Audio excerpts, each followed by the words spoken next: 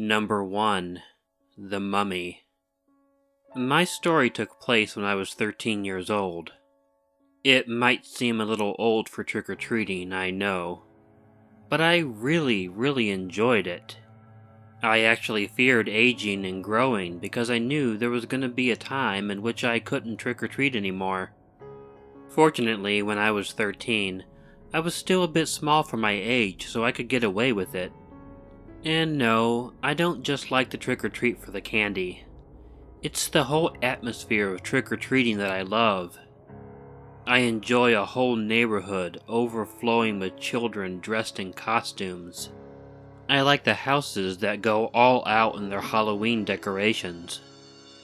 I like seeing the creativity of everyone, while also experiencing an atmosphere completely based on horror.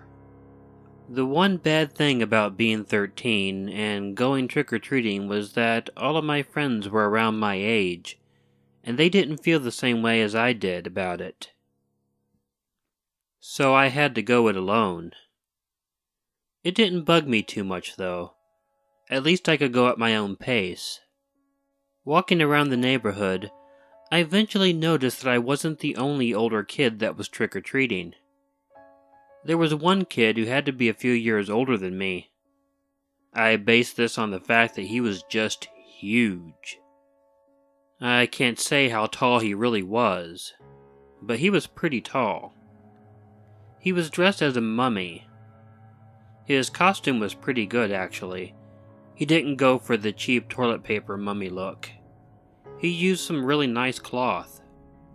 All in all, it was a very nice looking costume. Early in the night, I was admiring his costume. I guess perhaps I was watching him too closely because at one point, he walked by me and said to me, "What the hell are you looking at?" He also bumped into me as he walked by. I sort of messed up when he did that, and I told him to F off, although I didn't abbreviate the F. The guy started following me after that. He didn't do anything at first, but I could tell that he had to be pretty pissed off. Whenever I hit a house, he would hit it right after me. This kept up for a while. I tried to speed up and lose him several times, but each time he eventually caught back up with me. I couldn't really understand why he was doing this. He didn't try to hurt me or anything. I actually doubted that he would try to hurt me with the amount of people that were around. I just thought that maybe he was trying to make my trick-or-treating unpleasant by making me scared and nervous. However, I sort of realized as I went along what he was really up to. He was trying to make it seem like he was simply trick-or-treating. In reality, he was trying to keep up with me because he knew that the crowd would eventually disperse. And when it did, he would know where I was. I've had problems with bullies before, but this one really scared me. I tried to lose him like I previously mentioned, but it wasn't that easy. He just kept catching up with me. Shortly after I left a house and I rushed away, I'd make it to another house and I'd see him coming along his way. As the crowd of kids got thinner and thinner, I finally realized that I might have to forgo the trick-or-treating and just go home. It would be much safer to get to home while the trick-or-treating was still in full force. So even though I didn't have anywhere near as much candy as I would have liked, I set out on my way home. He tried following me through the throngs of children, but that really didn't bother me too much. I knew that once I was safe in my home that it really wouldn't matter. I thought I lost him. By the time I got home, I didn't see him anymore. My house was dark because my parents weren't at home. They had gone to a Halloween party. Still, there were enough children and adults still out in the streets that I wasn't too concerned about being in danger. I made it into my house and I thought I was fine. I spent the rest of the night watching scary movies and eating popcorn and candy. My parents weren't going to be back until late, but that was okay with me. I was convinced that the guy was gone, and I had been spending several hours alone and feeling safe inside my house. About 11 o'clock, though, I heard my doorbell ring. I thought this was pretty odd, so I got up and walked to the door. Looking out the window and the door, I didn't see anyone on the porch. My mind immediately went back to the mummy, but I really didn't worry too much about him. I was safe in my house, so I wasn't worried about anything. I figured I'd open up the door to see if maybe there was a trick-or-treater who was just out really late and came by my house. If they were leaving, I wanted to call them back and give them a piece of candy. I unlocked the door and began to open it up. The moment I did, though, it happened so fast I could barely process it. A bandaged hand grabbed the door and flung it open with such force, it pulled me down to the ground because I was holding the doorknob. I was grabbed after I was laying on the porch. I was picked up and then pushed up against the wall of the house. It was the mummy. He punched me several times in the stomach and then grabbed me around the neck. I started crying, panicking, thinking that this son of a bitch was gonna try and kill me. I really began losing my breath. I flailed around, trying to do anything to get this guy off of me. My head began getting dizzy as tears fell from my eyes, because I thought I was gonna die. "What the hell are you doing?" I heard someone yell, and shortly afterwards I fell to the ground. My neighbor had heard the commotion and came running out of the house. I was gasping for air, so I didn't notice it, but the mummy ran off. My neighbor came to check on me rather than go after the mummy. I'm pretty thankful for that. Fortunately, I wasn't seriously hurt. I had some minor injuries, but physically, I was able to recover pretty fast. Mentally was a completely different story, though. I don't know if I ever saw the mummy again. That's the problem. I had no idea who he was, but whenever I saw someone who was tall like him, inwardly, I would begin to panic. That took me a very, very long time to come to terms with. Some people I just can't understand why they do the things they do.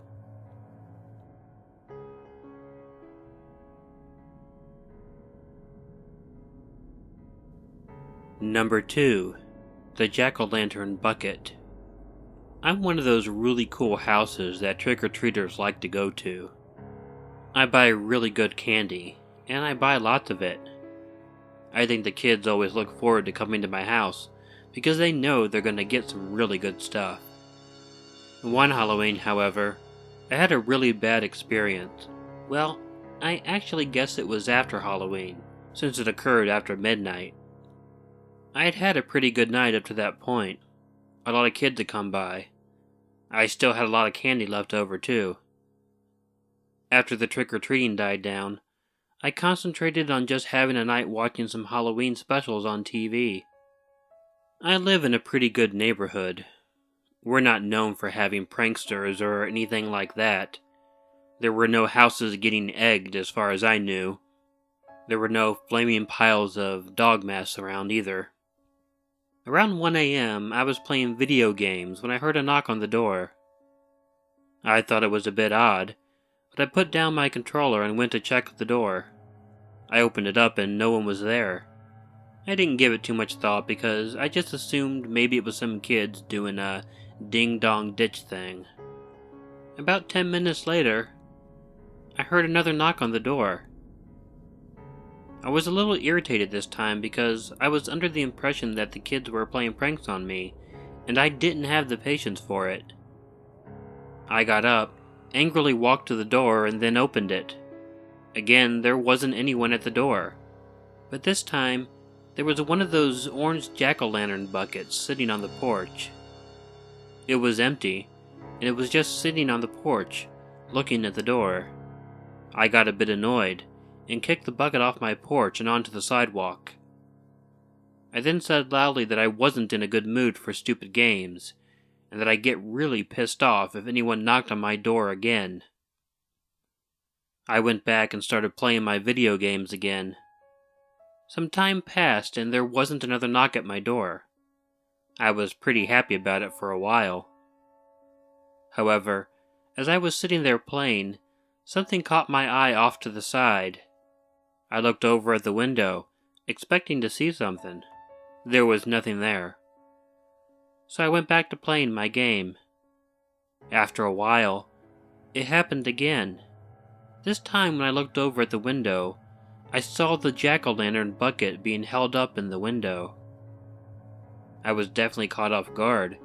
Someone must have been holding it and making it seem as if it was looking in the window. I got up and told whomever it was that I didn't find their game funny. I also mentioned that if they didn't want to piss me off, they needed to drop it. When I said that, though, the jack-o'-lantern turned back and forth, as if it was shaking his head no. I wasn't amused. "I don't find this funny," I told him. "Get the hell away from my house." Once again, the jack-o'-lantern shook its head. No. "All right," I said. "I've had it with this crap and I'm gonna go get my baseball bat." I turned and walked down the hallway and into my bedroom. I grabbed my aluminum baseball bat, prepared to beat the crap out of whoever was playing the joke. When I got back into the living room, however, the jack-o'-lantern was no longer in the window. I began to look around at the other windows to see if it had changed windows. But as I was looking around, I heard a crashing sound out on my front porch. I walked out the door and immediately slipped on something. While I tried to catch my balance, I saw someone dressed in black, holding the jack-o'-lantern bucket, which was suddenly on fire.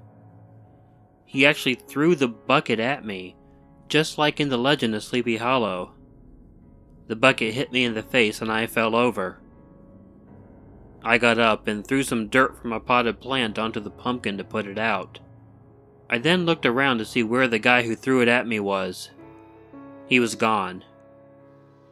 I looked at what I had slipped in, and it was blood. I looked around further and saw there was a dead groundhog on my porch, and written in blood on my door was, "Trick or treat, I'll be back." I wasn't scared up until that point. I just thought it was a lame joke. But anyone sick enough to kill a groundhog and write something in its blood on my door, and just knowing that they had to have done it while I was playing my video games, it just really creeped me the hell out.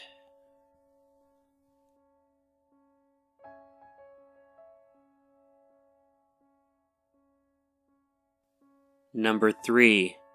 Strangest Candy. I don't know how scary this story is, but it's really weird. It's not too long either. But when I was 11 years old, I went trick-or-treating with my two best friends. My friend Carl's sister was 15, and she was supposed to be chaperoning us. That's the only way our parents would let us go out without them there. She, however, did not spend much time with us. When we ran into her boyfriend and a couple of his buddies, she asked us if we'd mind trick-or-treating by ourselves. We of course readily agreed. We were all too eager to get away from her. She told us to meet her back in this area in about 2 hours. We got a pretty good candy haul. It was about 20 minutes before we had to go and meet up with Carl's sister when we came across that house. You know the one I mean. The one house in the neighborhood that everyone talks about. Now, this wasn't an abandoned house. It wasn't boarded up or anything. It did, however, have a dead lawn that was littered with garbage. A shredded tire swing hung from a leafless tree. There was even an old ice cream truck in the yard. Now, the guy who lived there was someone that any of us rarely saw. We had all sorts of stories about him. We talked about him and had all these different stories for what was wrong with him. Some of us said he was a serial killer who got off on a technicality. The story was usually that he would ride around in his ice cream truck, giving kids poison ice cream. The prevailing story, though, was that he was a mentally handicapped guy who lived with his mom until she died. They said that he was so unable to understand what happened that he kept his mom in the house for weeks after she passed away, waiting for her to wake up. Supposedly, when the police found them, she had decayed pretty badly, and he was trying to feed her. Now, honestly, if you asked me, both of those stories were utter bullcrap. But they were pretty popular stories in the neighborhood. Anyway, to kids our age, they were scary enough to keep us from wanting to go up to the house. However, there was a jack-o'-lantern out on the porch, and it had a burning candle in it. So we figured the guy must have been waiting for trick-or-treaters. The three of us kept daring each other to go up to the house. Of course, none of the three of us really wanted to go up to the house. We just wanted one of the others to take the dare and go alone. When none of us did, we just agreed to go up to the house on our own, together. Up on the porch, it was Carl who had the balls to knock on the door. After a moment, the door opened and the man answered it. He was dressed in a Frankenstein costume, and seemed delighted to see us. He went on and on about how he never got trick-or-treaters at his house, and he always wanted some. He disappeared into his house, came back out with a bowl of something. He reached in, grabbed a handful of it, and put it in Carl's bag. Before Carl could react, he then put a handful in my bag too. I looked down, and it was a huge glob of raw hamburger. The man had this insane look on his face as he gave our third friend a glob of hamburger. He then said, "Enjoy the treats, boys." We were so freaked out, and we ran out of his yard until we found Carl's sister. She was pissed at us for going to the house in the first place. However, she couldn't really tell on us because then she'd get in trouble for leaving us alone. That damn hamburger ruined a lot of our candy, but she let us do a bit more trick-or-treating. Now, we definitely spread the story after that experience. At least this one story about the guy, we knew it was true.